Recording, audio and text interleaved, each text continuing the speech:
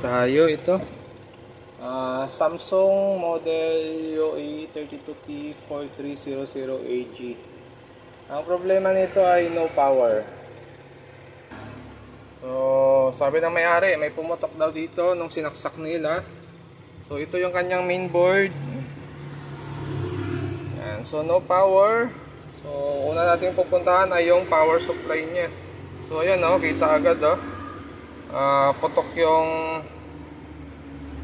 blue na kapasitor, ano? Ceramic kapasitor, pumutok. So, sana yun lang ang sira. Sana buo pa yung MOSFET nito, saka yung driver nito.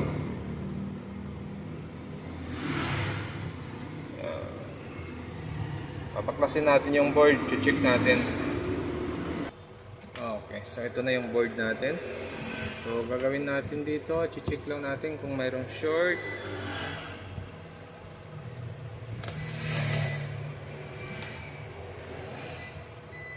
Okay, buzzer tayo. Check ngayon natin yung kanyang primary. Dito sa EC hanggang sa papunta sa may diode. Okay, so okay yung isang side. So ito namang isa. Yan, so open na ito. Ito yung fuse nya. So mula dito papunta rito, okay yung circuit. Ito naman yung AC natin, hindi naman short yung AC to DC. Okay naman. Itong filter cap natin, hindi naman short.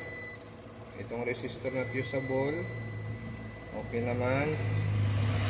So yung positive natin ng kapasitor papunta dito sa gitna ng MOSFET, okay naman yung connection. Tapos yung MOSFET natin, hindi naman short yung MOSFET natin. Okay, so check natin sa resistance, kung may resistance yung MOSFET natin na ohms.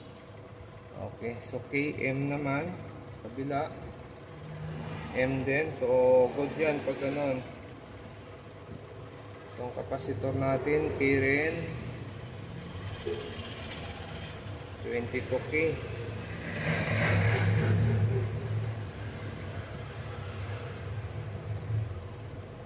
Okay, so check natin yung diode kung may ohms.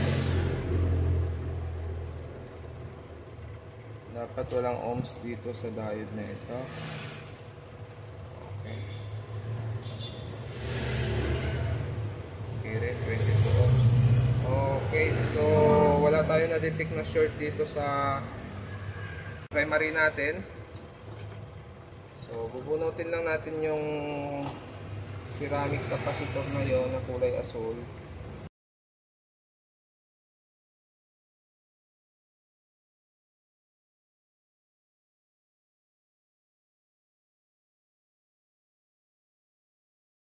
Dito sa board 3.15. Yan. 250 volts, 3.15. Tapos yung kapasitor na pumutok, tingnan natin kung makuha natin yung value nito. Kung ito yung may value, ano. Ayun, ito nga.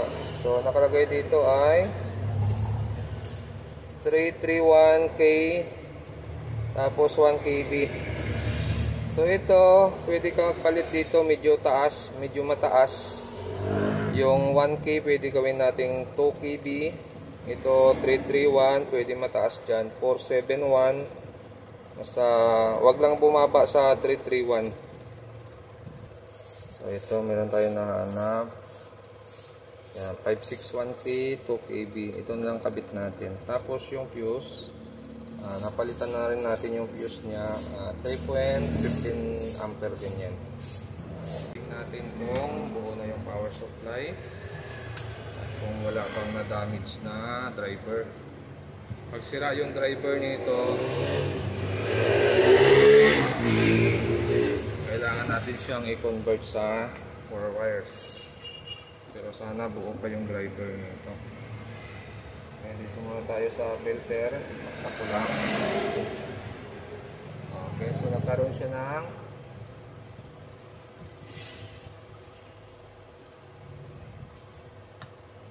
okay. Hindi naman,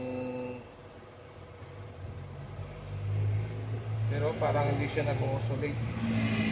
Hindi nagkakaroon ng supply yung secondary siguro natin kasi hindi nagka-drop yung supply nito. Dahan-dahan yung drop niya. Check natin yung driver, yung kapasitor, kung nagkakarga ito. Ayun, sira na. Hindi nagkakarga yung driver nito. So, sira na rin yung driver ng power supply nito. Kasi mapapansin mo rito, yung maliit na filter cap na yan yung supply ng driver ng IC ng regulator. So kung hindi na ito nagkakarga ng 12 to 15 volts, ibig sabihin yan, sira na yung pinaka driver IC natin. Yun o, 0.2 na lang ang karga nya. So 0.2 na lang, pero yung filter cap natin ay 159, 160 kasi naka 110 lang tayo. So negative na yung driver nito, sira yung driver IC nito. Sayang hindi naka-survive yung driver IC nito. Wala tayong IC nito. Gagawin na lang natin, ipo-4 wires na lang natin to. So paano ba i-set up yung 4 wires nito? So na-remove na natin yung MOSFET dito. Yan, ito yung paa ng MOSFET natin, ito yung pinakagitna ng MOSFET natin. So, tinanggal din natin yung coil ditong isa para sa supply ng kapasitor na ito. Kasi ito hindi na natin gamitin yung supply nito. Kaya nakahang na yan. Tapos, yung octocoupler tinanggal din natin. Kasi gagawin natin dito yung octocoupler ng 4 wires natin, yun yung gagamitin natin para kung ano man yung function ng secondary nito, yung octocoupler ng 4 wires natin, yun yung magdadala. Hindi natin gagamitin yung trimmer ng 4 wires natin. Okay? So sa pag-set up dito,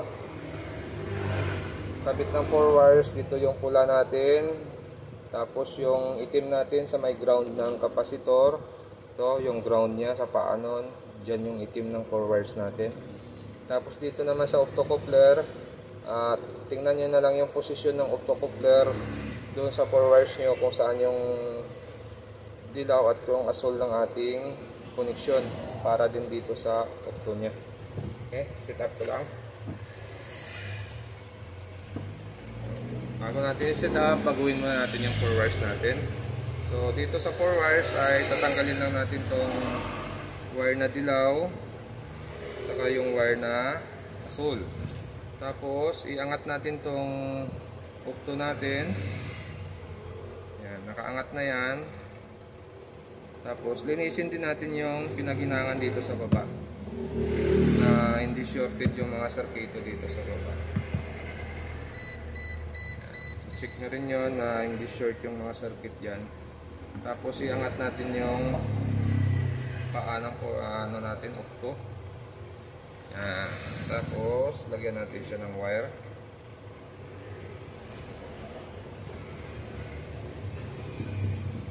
So kayo na bahala kung saan posisyon yung ikakabit yung color coding ng ating wire, ano? Bahala na kayo kung ano yung diskarte nyo dyan. Yan. So sa atin dilaw yung sa loob, sa labas naman yung asul natin. Kapalan nyo lang yung hinang dito para hindi matanggal yung wire sa octo nyo. Yan. So ayos na siya. So sa pagkabit ng 4 wires, sundan nyo lang yung octo nyo. Kagaya niya nakadapa yung octo natin, no? So sundan nyo lang yung wires na yan. Yan. Ganon din yung connection niya dito sa kabilang octocoupler pin. Yung sa secondary na ng ating power supply. Titingnan lang natin kung buo pa yung feedback nito. Pag sira yung feedback, lilipat tayo ng connection. Pero kung buo yung feedback ng ating board, mas maigi na ito kasi naka-auto na ito. So pagdating dito, ang asul natin ay sa kaliwang side. So sa kaliwa din natin ito ilagay. Tapos yung dilaw natin ay nasa kanang side. Kanan din yan. So yan na. Tama. Yan yung connection ng ating opto. Posisyon ng opto natin ay ganyan. Okay, sundan nyo lang yan. Tapos dito naman tayo sa ating pula itim na connection. So pagdating sa pula itim,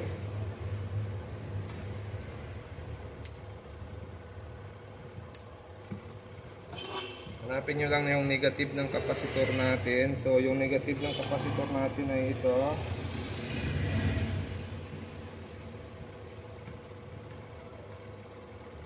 Tapos yung positive ng ating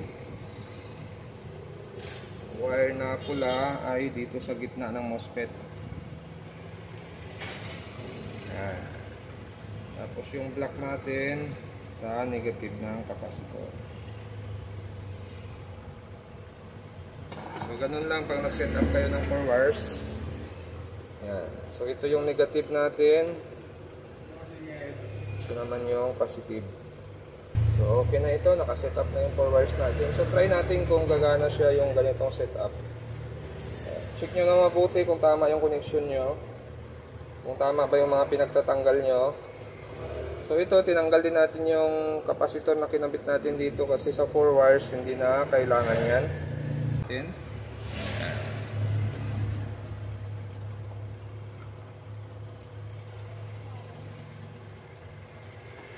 Sak natin.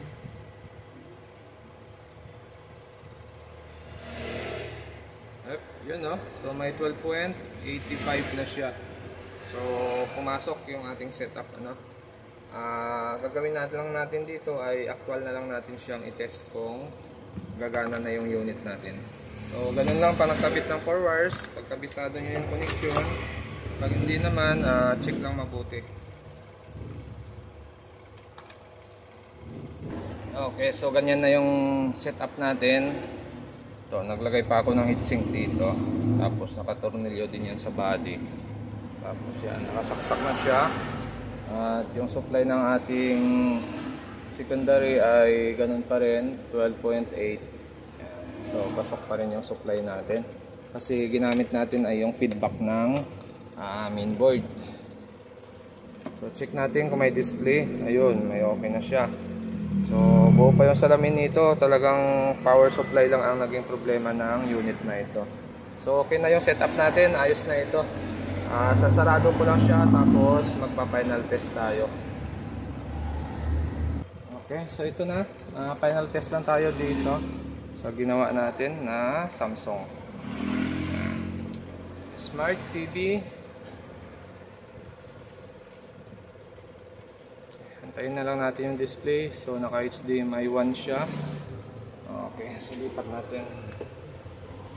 Set muna natin yung remote natin na universal sa Samsung. Okay, long trace lang yung Samsung AB.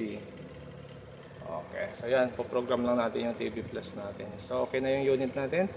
At kung bago lang kayo sa aking channel, huwag kalimutan mag-subscribe sa susunod ulit natin na video.